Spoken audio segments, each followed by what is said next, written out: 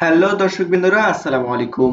ইসলামী ব্যাংকে ১ লক্ষ টাকা জমা রাখলে মাসিক মুনাফা কত? আজকের এই ভিডিওতে তারই বিস্তারিত আলোচনা আপনাদের সাথে তুলে ধরব। আসুন কথা না বাড়িয়ে বিস্তারিত আলোচনায় চলে যাই।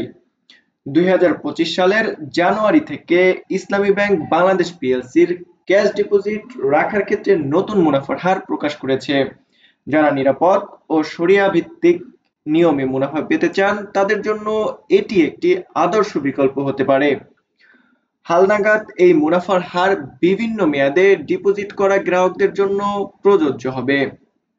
এই স্কিমটি ৩ মাস, ৬ মাস, ১ বছর, ২ বছর ও সর্বোচ্চ ৩ বছরের জন্য প্রযোজ্য হবে। তাহলে চলুন আমাদের মাস ভেদে বা বছর ভেদে মুনাফার হার কত এবং কত টাকা করে মুনাফা ইসলামী ব্যাংক দিয়ে থাকে তার বিস্তারিত সম্পর্কে জানবো। ১ মাস মেয়াদে মুনাফার হার হবে ৬%। ১ লক্ষ টাকা রাখলে আপনার মাসিক মুনাফা হবে ৫০০ টাকা। ঋণ না থাকলে উৎসে কর ১৫% কেটে রাখা হবে। উৎসে করটা কি? আমাদের মনে প্রশ্ন জেগে ওঠে যে আসলে উৎসে করটা কি? উৎসে কর হলো টাকা যেখান থেকে আপনাদের মুনাফা হিসাবে আসবে বা নিট যে মুনাফা আপনারা পাবেন তার থেকে একটি অংশ সরকারকে প্রদানের জন্য কেটে রাখা হবে, যেটিকে ট্যাক্স হিসাবে কেটে রাখা হয়, যেটি পরবর্তীতে সরকারকে দিয়ে দেওয়া হয়, সেটি হলো উৎসে কর। পরবর্তীতে ৩ মাস মেয়াদে আনুমানিক মোট মুনাফা ২,১২৫ টাকা। ৬ মাস মেয়াদে আনুমানিক মোট মুনাফা ৪,৩৭৮ টাকা। ১ বছর মেয়াদে আনুমানিক মোট মুনাফা ৮,৯২৫ টাকা।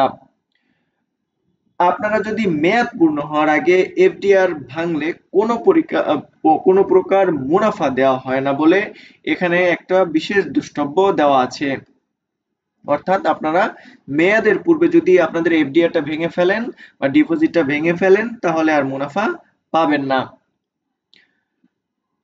Mudaraba monthly profit deposit scheme MMDS যেটাকে বলা হয়, সেই স্কিমের আওতায় কিভাবে মুনাফা দেয় বা কত টাকা মুনাফা পাবেন সেটি সম্পর্কে জানুন। এই স্কিমে প্রতি মাসে মুনাফা বিতরণ করা হয়। মেয়াদ সর্বনিম্ন ৩ বছর এবং সর্বোচ্চ ৫ বছর। ৩ বছর মেয়াদে মুনাফার হার শতকরা ১১ ভাগ। ১ লক্ষ টাকা জমায় মাসিক মুনাফা পাবেন ৯,১১৭ টাকা, তবে ১১৬ টাকা। তবে উৎসে কর বাদ দিয়ে নিট মুনাফা ৭৭৯ টাকা পাবেন।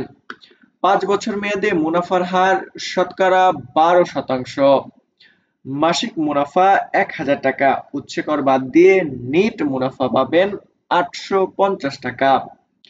এখানে একটি গুরুত্বপূর্ণ ক্লজ দেওয়া আছে, যেখানে নির্ধারিত মেয়াদ পূর্ণ না করলে পূর্ববর্তী মাসের মুনাফা মূল টাকা থেকে কেটে নেওয়া হতে পারে। অ্যাকাউন্ট খোলার জন্য প্রয়োজনীয় যেসব কাগজপত্র লাগবে সে সম্পর্কে জানুন।